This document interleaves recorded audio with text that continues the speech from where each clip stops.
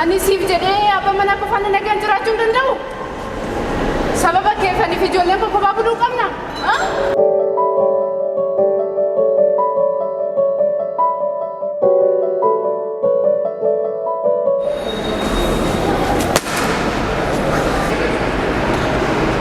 Yartu sila seerumtee manatti galtaa hoteelatti galtoo as teessee maatii gargar diigda. Niitii dhirsa sagalee dargaggeessa jaarsan jettu. Har'aa kaasii bakka inni jiru dhaabadhu. Sana booda maal akka taatu ni argita.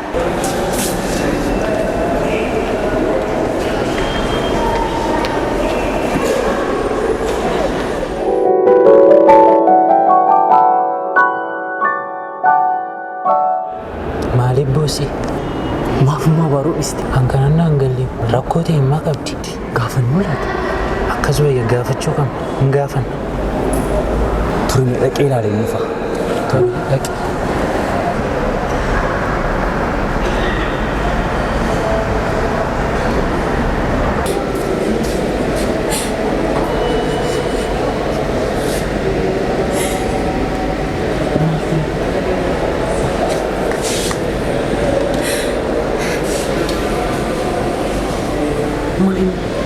Asgabba boliti main natti bakko jiramu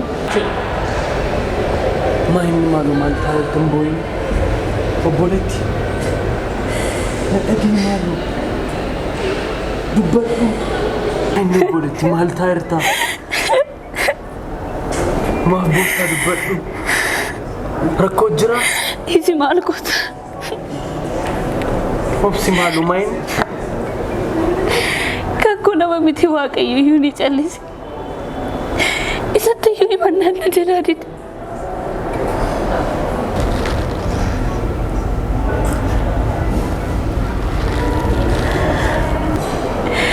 abbaa hin qabu haati koo ana qofaa qabdi waggaa lama dura ishee tokko weegale wanta qabnu hundumaa mana yaalaatti finne Oma tu ku fayu indandin. Siree ras gargar sako malu jitu indandis. Boin malu jawab. Nama nufaf. Apa tamik? Gargar saka dia umar gacu indandin. Kafan falada. Oto ni lalu. Ada kuda burra jadi nak. Sanu jechi nama keraa ko madeessaa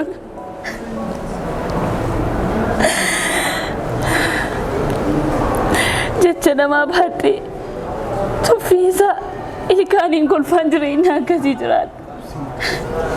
Maalidha? Maaliif jechaarta? Maalidha? Maal? Rakko jiramu? Obboleetti maalidha? Maal taali? Maalidha? Waan si gargaaru qabaachuun danda'a daraanitti. Maalidha? Nutti himtooti immoo.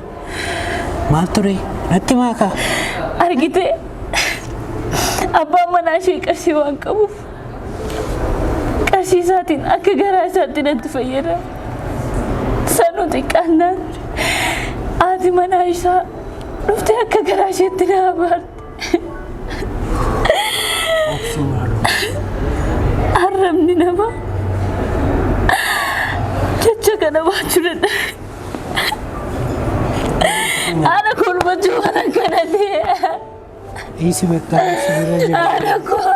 Obboloota keetiin nutis maal si gargaaru qabaachuu dandeenya. Isa akkasiin ta'in odeeffatu. Haga'u dhiisi. Rakkoo mataa keenyaa qabna nus garuu rakkoo olii keenyaa hirmaachuun immoo namummaadha. Isi marsii jirra amma dandeenya. Haadha kolfachuu.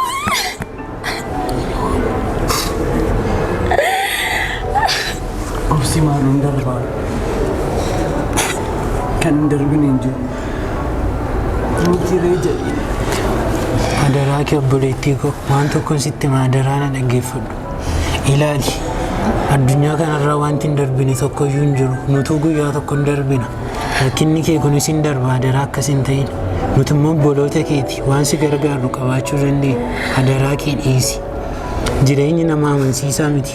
Akkuma irra ol deemu bor akka dungoo gadhumaa deemuu danda'a. Nuti immoo obboloota keeti. Utuun beekin immoo namooti namatti murteessu nuyyuu dudduuba kee hin beeknu turre.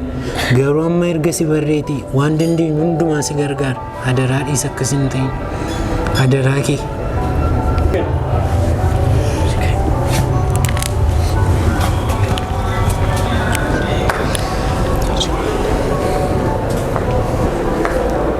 Lakkaa madaa namaatti qobadhaa oolla.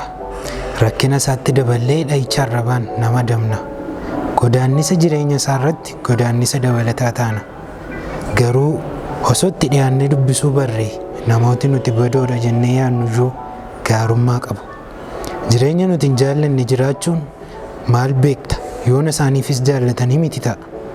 Takka takka jireenyi filannoos dhowwatee dirqama sitti laata. Waan ta'u ta'uuf gaafa carraa dhabdu waan hin taane ta'uuf dirqamta. Garuu hundi keenya iyyuu mudaa qabna. Namni guutuun tokkoyyuu addunyaa kanarra raawwatee hin jiru. Kanaaf mudaa namaatti hin kolfinu. Keenya sirkaanni xurii qabaachuu waan danda'uuf. Nama ceephaa of tuffachuun tasuma sadarkaa sanatti gassi buusuu akka danda'u yaadadhu. Jireenyi kee akka biiftuu ganamaa akkuma ifaa deemu akka dungoo gadi dhumaa deemuus danda'a. Kun tilmaama dhuunfaa koo osoo hin taane dhugaa jireenyaati. Kanaaf yoo dandeenyu osoo da'oo waliif taane gaariidha. Gargaaruu yoo baanne immoo nama miidhuu irraa of qusachuun ba'eessa.